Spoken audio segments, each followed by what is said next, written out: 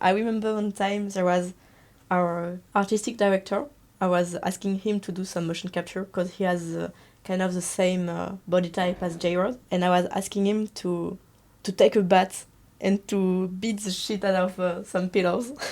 It was really funny because he was like a meter away from our game designer who looked terrified.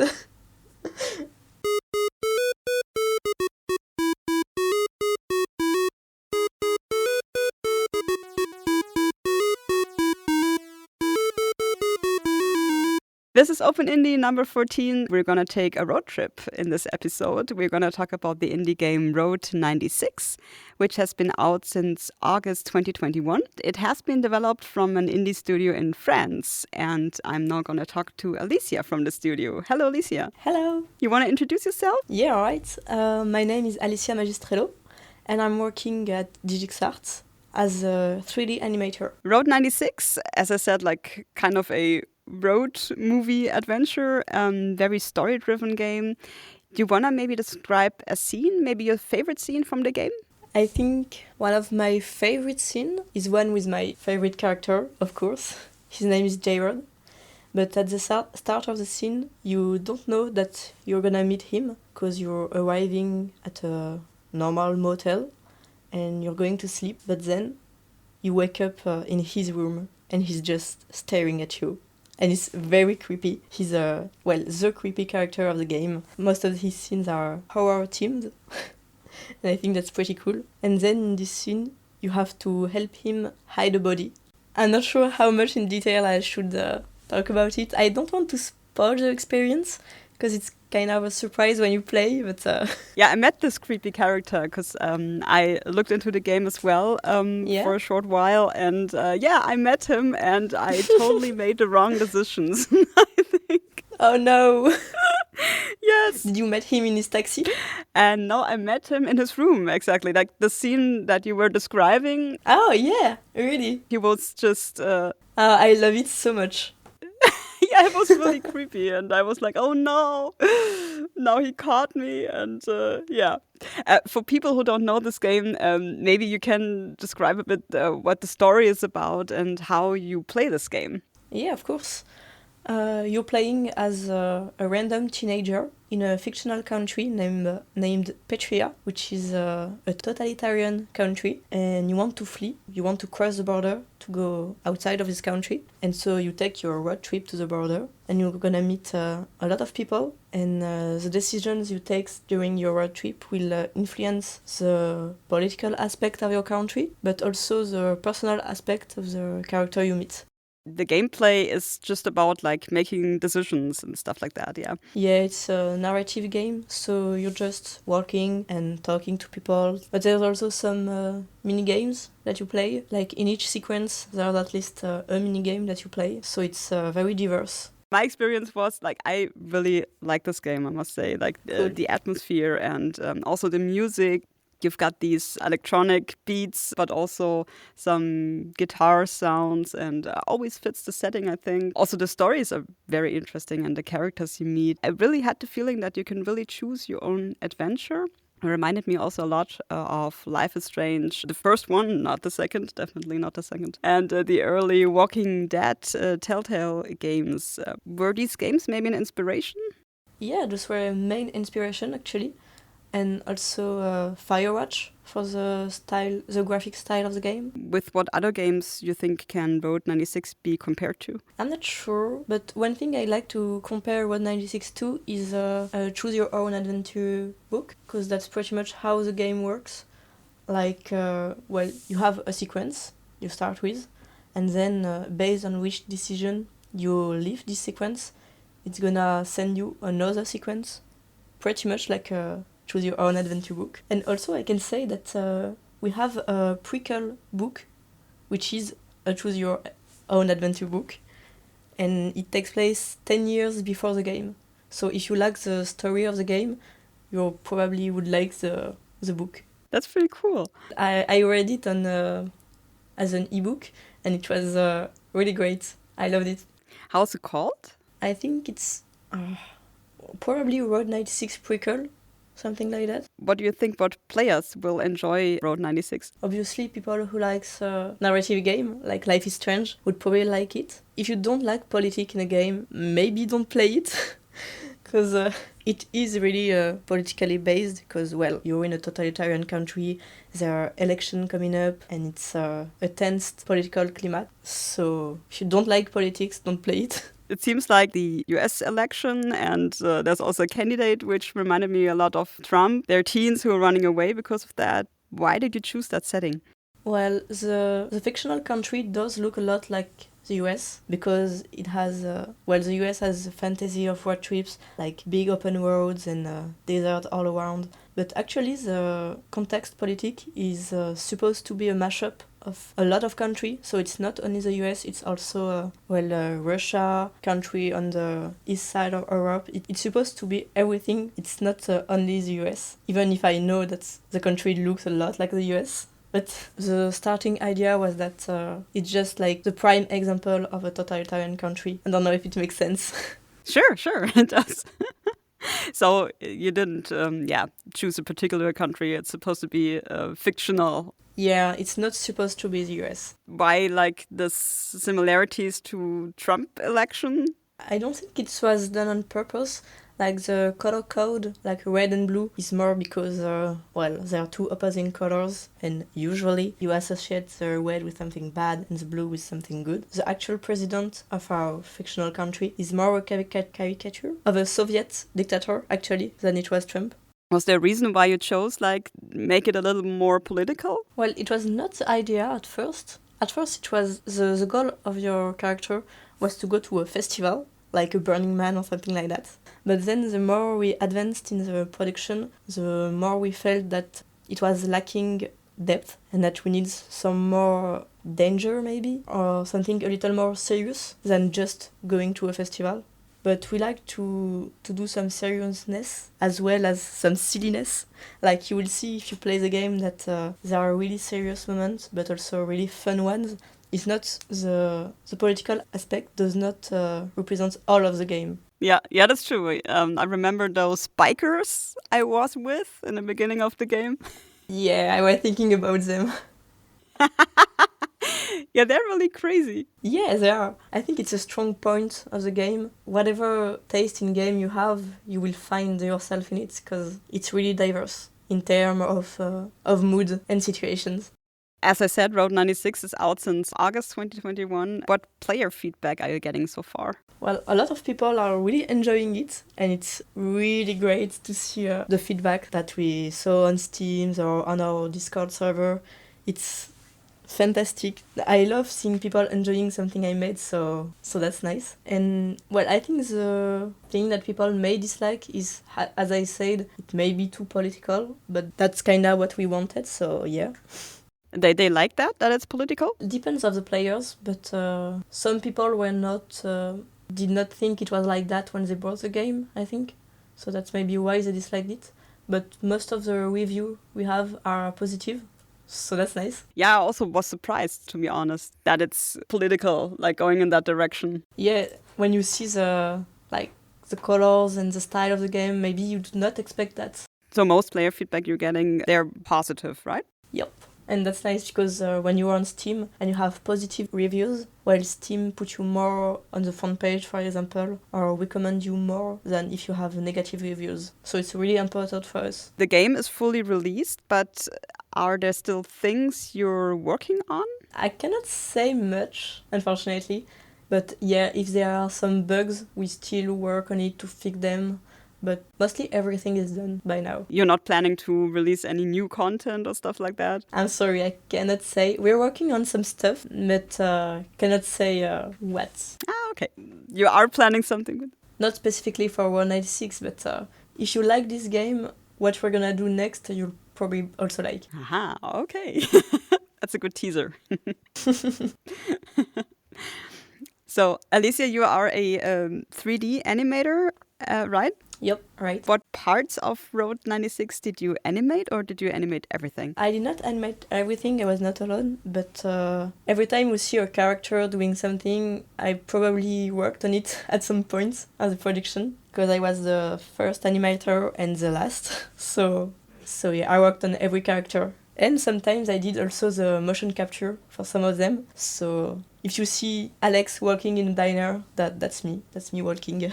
Okay, so you were the model, kinda? Yeah, since we don't have that much of a budget for actors, I was also doing the motion capture. Like we have a suit that you put on with a gyroscopic capture. It captures data that after I put on a character. Well, since I'm also one of the only girls, I had to do a lot of motion capture for the girls, like Sonia and Zoe. That's also me. It's really fun to do, I have to say. Did you have or do you have acting experience before that? No, absolutely not. But doing it again and again, you understand what you have and what you don't have to do. Like, I think the most error we did at first was overplaying stuff and doing big movements when actually it's not needed that much. Like, it does not feel natural, you know. Yeah, so you, I don't know, became more authentic maybe? Yeah, maybe, I think. Yeah, I heard that if you're playing in a theater, you have to do some big movements, so people on the back row will also know what you're trying to say. I think we also had to think more in which context animation would be used. Like, if you're really close to a character, you don't want to make big movements. But if you're seeing the character from very far, like in theater, well, there you have to make big moves, or you don't see anything. How many times do they have to repeat a scene, maybe? I'm not sure I could say. I think we did not really much repeat. Like, we were capturing constantly so that at least one of them would be good. So you were actually an animator, but you had to also play, you have to also be an actress for the game. Yeah, when you work in a small indie studio, you have to do a lot of things that are not specifically your job. So that's cool, because I love to do a lot of things, different things, and you learn so much. That's very nice. Plus, it's really funny doing it in the studio. Like, sometimes you have to pretend being shot and dying on the ground. It's really funny. Is there a making of video about that? Yeah, actually. I think you have 2 episodes of making of maybe on YouTube.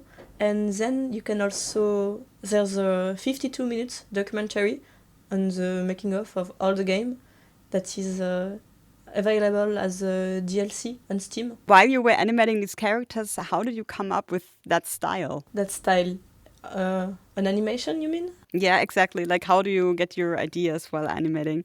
Well, I think our characters are pretty much cliché, so it's kinda obvious how they should move. Like Sonia, for example, she's a diva working with big heels. Like, obviously she's gonna walk like maybe a doll, or like...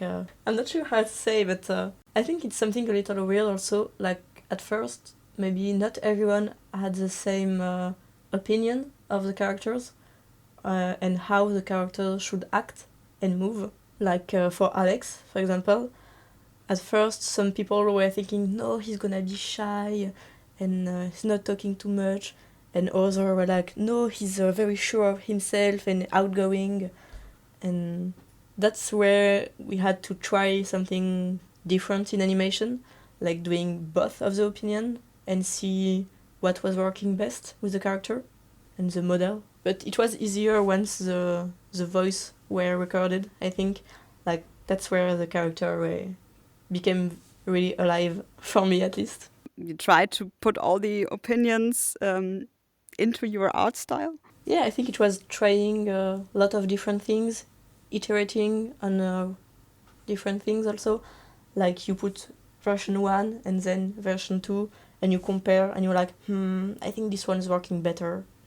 Like, obviously, you're not gonna nail it the first time, so... The voice acting, is that also something you did? No, I did not do voice acting. We had a real voice actor for that, fortunately. Could you imagine every character with a French accent? Would be great, it would be fun. How did you become an animator? I did a 3-year courses after high school. That was not specifically animation, but like game art. Like, you learn how to do a 3D model, some texture, how to animate, stuff like that. And after this, I was, well, really enjoying animating more, because I was also enjoying animating in 2D. And I think that's when I decided that I want to be an animator. And then you immediately joined DigixArt? Yeah, I did a 6 months internship, and then I was hired, so here I am. Great. But I have to say, I learned more being employed at DigixArt than in my school years. Like, nothing's from you more than really doing the job. What would you say is the job like? Well, I cannot say for that the same for everybody, because I think each one has a unique experience. And I work only at DigixArt, so I can only talk about my experience here. But the reason I like it, as I said, is that I get to do a lot of things. Like, I'm not only doing animation, I'm doing also the setup and the facial controller and stuff. And, well, yeah, I think I like doing a lot of different things. But specifically in animation, I think you kind of give a soul to the character. Like, when you see them move, it's like you are a puppeteer with your puppets. And I think I really enjoy seeing them coming alive. Even though you haven't been that long in the games industry, is there still a moment where you say, oh, that's something I will always remember? Well, I think I will always remember 196 as being my first game, because it was a really big experience for a first game, and it went really well with the team. And more specifically, I think, the motion capture, as I said, there are very epic moments. Not specifically me doing it, but I remember one time there was our artistic director. I was asking him to do some motion capture because he has kind of the same body type as J-Rod. And I was asking him to take a bat and to beat the shit out of some pillars. It was really funny because he was like a meter away from our game designer, who looked terrified. Yeah, I really have to look into this making of video. I'm not sure we have a video of this part specifically, but I love this job because it's always full of surprise. Like, you never know what you're gonna do. So when did you join DigixArt? Because they were founded 2015. Yes. Have you been around since that year also? No, I was finishing high school at this point. So, yeah, I was here only for World 96. I did not work on the project before that. Do you still know how the studio was founded? Yeah, it was, Johan. He was working at Ubisoft, but he was tired of all the hierarchy that's in the, how to say, he wanted to have his freedom of creating everything that he wanted. Like, when you're at Ubisoft, you have to be approved by your superior and ask them everything, so you're not free to do as you want. And he wanted to do whatever he wanted. So he left, and with Anne-Laure, his wife, he created DigixArt. Yeah, they've made, like, with Road 96 then 3 games in total. In 2016, Lost in Harmony, this rhythm game made for mobile first, and 2018 1111 Memories Retold, adventure game set in World War I with a really special art style, I think. Like, everything looks like an oil painting. Do you like that kind of style? I think that's a good idea, but I'm not a fan of the realization. Like, the finished product is a little blurry, unfortunately. And playing it too long kinda give me a headache. So yeah. But the idea was really good, I think. Also, for me, these are very different games, I think. Like this mobile game, then World War I setting, and Road 96. Do you see some similarities between these games? Well, I think the similarities is still the narrative component. Like, in Lost in Harmony, you have this story about Kaido that's losing his friend Aya because she's dying of cancer, and he texts her with his phone. And even if it's a rhythm game, you have the story part that's most important. And for 1111, it's the same. It's more of the story that it tells, that the gameplay that's important. Also, yeah, Lost in Harmony, the very first game was, as I said, for mobile only at first. Do you have any experience developing for mobile games? Personally, no. And also, since I'm an animator, it does not really impact my work. Like if we were to do, doesn't really matter. I think, yeah, it could have some more constraint if you were on mobile, because it's obviously less powerful than a PC. But that's not much my problem. Okay. So from the animation, that doesn't matter for which platform you animate characters and places. Yeah, I think my job still stays the same. It's just that you're doing stuff less complicated for mobile, because, well, it have to run on a mobile, so... I also checked your website, and Mhm. I saw there photos of your team, which is pretty nice, and I saw pictures of your games. And there was also a photo showing a beach. A beach. With the team on it, or just the beach? Not just a beach. You work at the beach or on the beach? No. But when we released the game, we did a party at the beach for, well, to celebrate. But I don't know why there's a picture of the beach on the website, I'm gonna say. But we're not so far away from the beach, like 20 minutes in car. Oh, nice. I've also read that the development of Road 96 had happened not only during the pandemic, but also when you were in between publishers. Can you tell us a little bit about that? Yeah, sure. It was really a challenging development, because at one point we kinda had a prototype. Like, we had the game, but the game was kinda ugly because we did not have artists. And we were running out of money. And we were like, oh well, what are we gonna do now? And that's when HP came into the picture. And thanks to them, we could finish the game. Because they gave us some money. And some computer. Really nice computers, I have to say. Thank you, HP. The publisher you have right now, then? No, it was just for 196, I think. And now DigixArt have been bought by Koch Media. So now we won't have any more trouble with money, fortunately. Since August, you're now fully part of that German publisher, Koch Media, right? Yeah.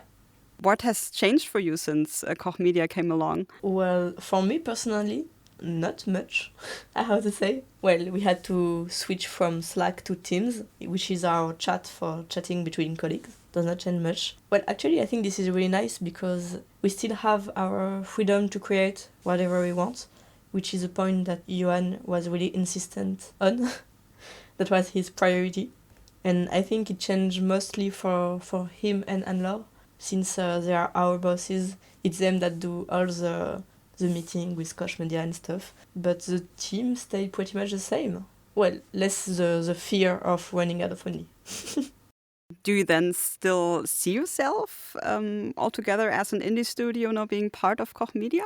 We did not see much of Koch Media, but we still feel part of it, even if we still keep our identity. But maybe it will change in the future, because being part of this structure still allow us to have more partners, so that's really nice, and maybe we'll work with them, like, to do, for example, some merchandising, use maybe a motion capture studio, some stuff like that. For now, it's still very recent, so I'm not sure I can really talk about it. We also talked to the French indie developer Enodo Games in episode number 11, and the game producer there, Raphael, he said that France is the second best place in the world for indie studios because they have some great programs. What do you think? Well, I think it's true. Well, I don't know about being the second greatest place. I have no idea. But for me, I think it's a pretty good place because, for example, we have the CNC, which usually is more for the movies and stuff, but it also gives money to video game studio. And specifically in our region, which is Occitanie, we have some funds to, fund your game when you're doing it, and I think it can go up to 30% of your production, which is a lot. So yeah, I think that's why there are so many game studios in Montpellier. And there are many? There are many indie studios. Is DigixArt also getting any funding? Yeah, for 196, well, the CNC helped us, the region helped us. I don't think we could have done this project without them. But now with Koch Media, you probably don't need that anymore with the publisher now. I don't know, actually. I don't know.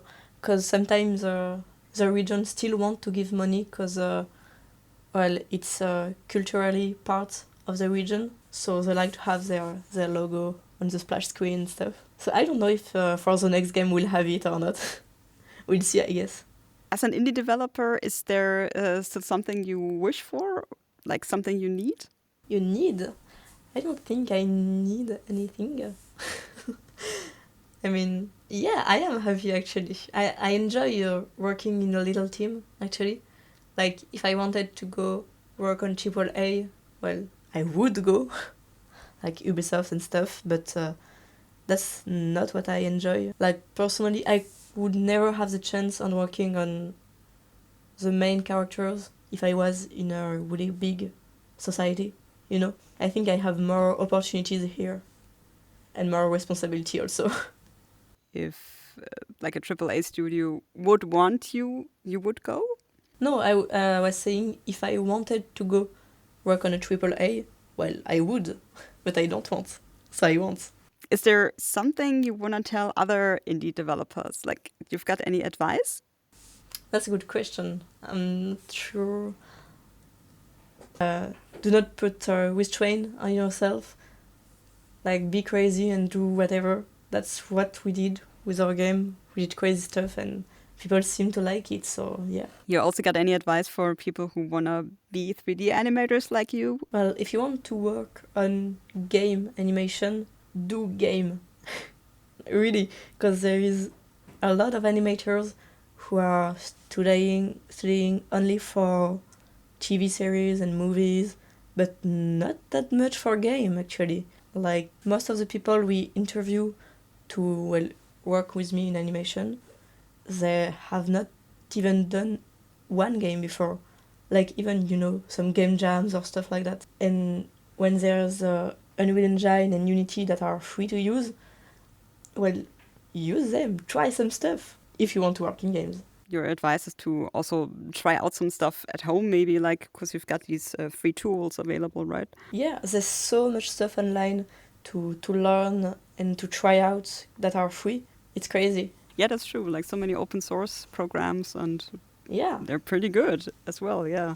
Just to sum up, Road 96 is out, and since August 2021, would you say you're satisfied with the game? Yeah, I am. I think I am. I would have loved to do even better, but sometimes you gotta step down and be like, yeah, okay, it's done. Yeah, at some point you need to finish it, right? Yeah, you need to send it out to the players. Alicia, thank you very much. That's it. Well, thank you.